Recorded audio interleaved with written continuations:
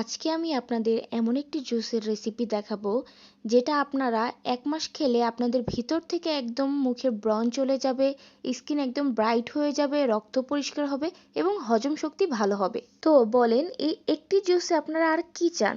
তো চলেন এবার জুসটা বানানোর জন্য আমাদের কি কি উপকরণ লাগবে সেইটা আমি দেখিয়ে দিচ্ছি। এখানে প্রথমে নিয়েছি আমলকি, যেটা আমি ছোট ছোট করে কাট করে নিয়েছি। তারপর নিয়েছি হলুদ, কাঁচা হলুদ, যেটা আমাদের শরীরের জন্য অনেক অনেক উপকার। তার মধ্যে নিয়েছি আদা, লেবু, আরও নিয়েছি কমলার খোসার গুঁড়া, আর এখানে নিয়েছি গোলমরিচ। এগুলো সব কিছু আমি ব্লেন্ডার করে ফেলবো।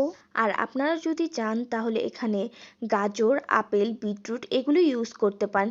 আর এটার উপকারিতা সম্পর্কে আমি আসলে কি বলবো, এখানে আদা, গোলমরিচ, কাঁচা হলুদ, আমলকি ও লেবু এই সবগুলো উপাদানই প্রাকৃতিক উপাদান, যা একসাথে শরীরের ঠান্ডা, কাশি ও ইনফেকশন কমাতে সাহায্য করে এবং হজম শক্তি ভালো রাখে। এছাড়া এগুলো শরীরের ভেতরে টক্সিন কমিয়ে ত্বক পরিষ্কার রাখতে সাহায্য করে, ব্রণ কমায় এবং স্কিনকে ন্যাচারালি উজ্জ্বল ও গ্লোই করে তোলে।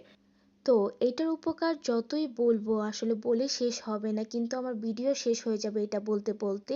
তো আপনারা অনেকেই আছেন যারা অনলাইন থেকে বিভিন্ন ধরনের জুস অর্ডার করে থাকেন, তারা একবার হলেও ঘরে বসে বানিয়ে খাবেন, যে আপনাদের কি পরিমাণে উপকার আসবে সেটা খেলেই আপনারা বুঝতে পারবেন। তো আমি সবগুলো উপকরণ প্রথমে ব্লেন্ডারে ব্লেন্ড করে নিয়েছি, তারপর একটা স্ট্রেনারে এটা সুন্দর করে ছেঁকে নিব।